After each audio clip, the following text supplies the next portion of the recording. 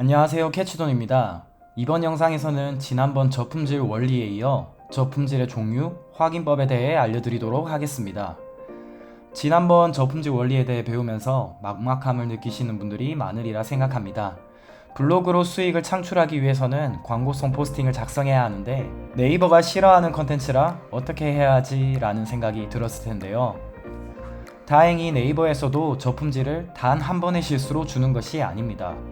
네이버가 싫어하는 포스팅을 하게 되면 우리에게 칼같이 저품질을 주는 것이 아니라 먼저 주의를 주게 됩니다. 만약 저품질을 기회도 없이 모두 줘버린다면 네이버 블로그를 운영하는 사람은 급격히 줄어들고 양질의 정보가 점점 줄어들겠지요. 하지만 많은 분들이 네이버에서 주의를 주고 있다는 사실조차 모르는 분들이 많습니다. 그래서 이번 영상에서 저품질의 종류와 확인법을 정확하게 알아보고 다음 영상에서는 방지법 3가지를 알려드리도록 하겠습니다. 먼저 저품질의 종류입니다.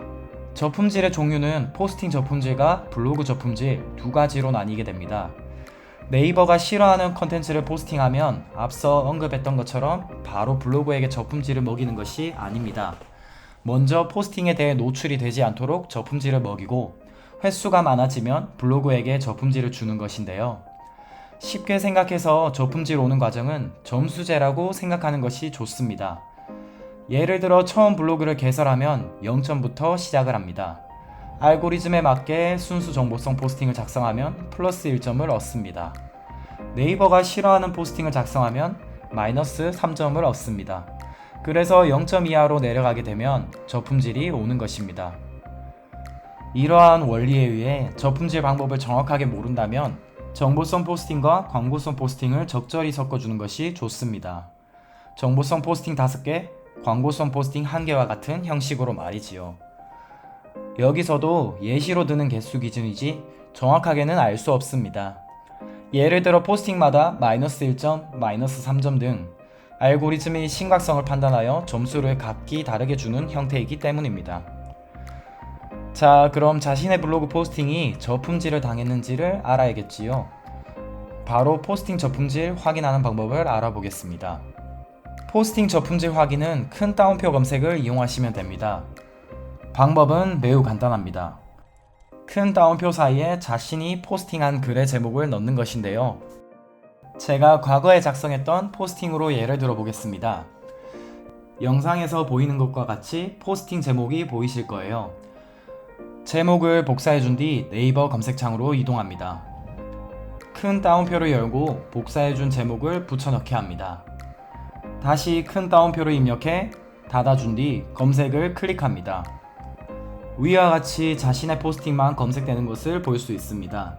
화면에 보이는 것처럼 노출이 된다면 정상적으로 포스팅이 발행된 것입니다.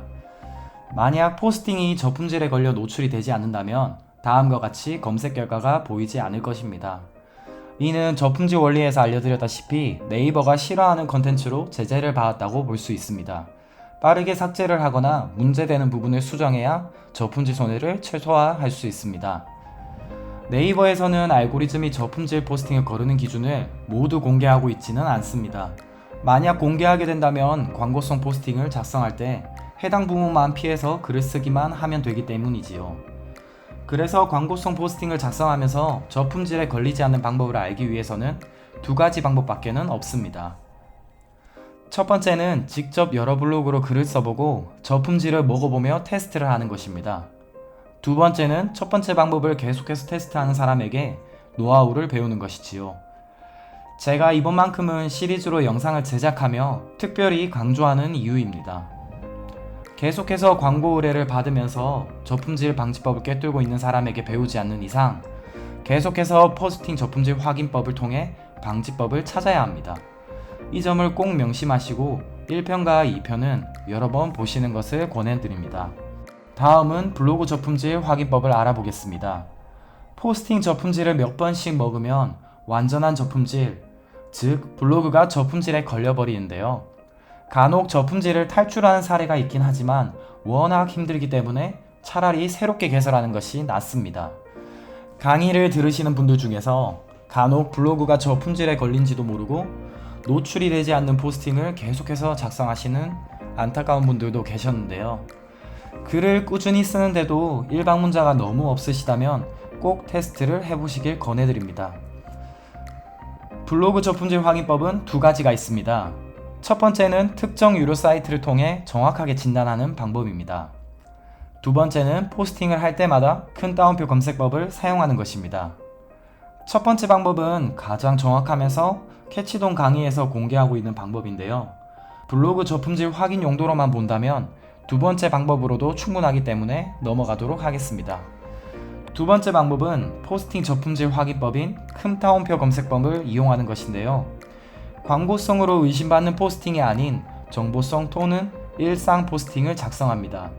그런 뒤 큰 따옴표 검색법을 통해 노출이 정상적으로 되는지 확인합니다. 약 3개에서 5개의 포스팅을 발행하면서 모두 테스트를 해봤는데도 노출이 되지 않았다면 블로그 저품질에 걸렸다고 보아야 합니다.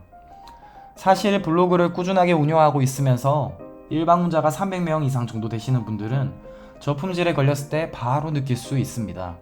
블로그가 저품질에 걸리게 되면 단 하루 만에 급격하게 일방문자가 10명에서 30명 정도 유입이 되는데요.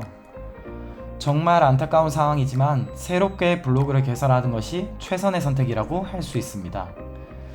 이번 영상에서는 저품질의 종류, 확인법에 대해 알아보았는데요.